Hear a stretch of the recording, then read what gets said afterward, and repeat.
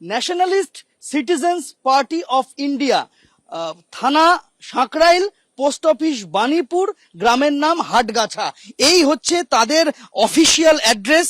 প্রতিষ্ঠাতা যারা, স্বামী স্ত্রী উত্তীয় কুণ্ডু এবং তার স্ত্রী রয়েছেন, তারা দুজন, একজন এই রাজনৈতিক দলটির সভাপতি দায়িত্ব সামলান, আরেকজন সহসভাপতি।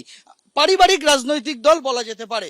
আর তারাই 2023 সালে এই হাটগাছা গ্রাম পঞ্চায়েতে এখানে এই এনসিপিআই এর প্রতীকে মীরা সোরেন নামে এক তরুণীকে ভোটে দাঁড় করিয়েছিলেন এবং তিনি বেশ কিছু ভোটও পান, যদিও জিততে পারেননি।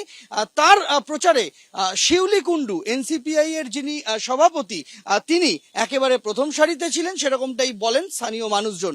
কিন্তু এই রাজনৈতিক দলের সঙ্গে তৃণমূল কংগ্রেসের বিক্ষুব্ধ সাংসদরা গাঁটছড়া বাঁধায় রাতারাতি খবরের শিরোনামে শুধু নয়, এই মুহূর্তে দেশের প্রথম যে 5টি রাজনৈতিক দল অন্ততপক্ষে সাংসদ সংখ্যার বিচারে পার্লামেন্টে প্রথম সারিতে রয়েছে, সেই তালিকায় নাম লিখিয়ে ফেলেছে এনসিপিআই।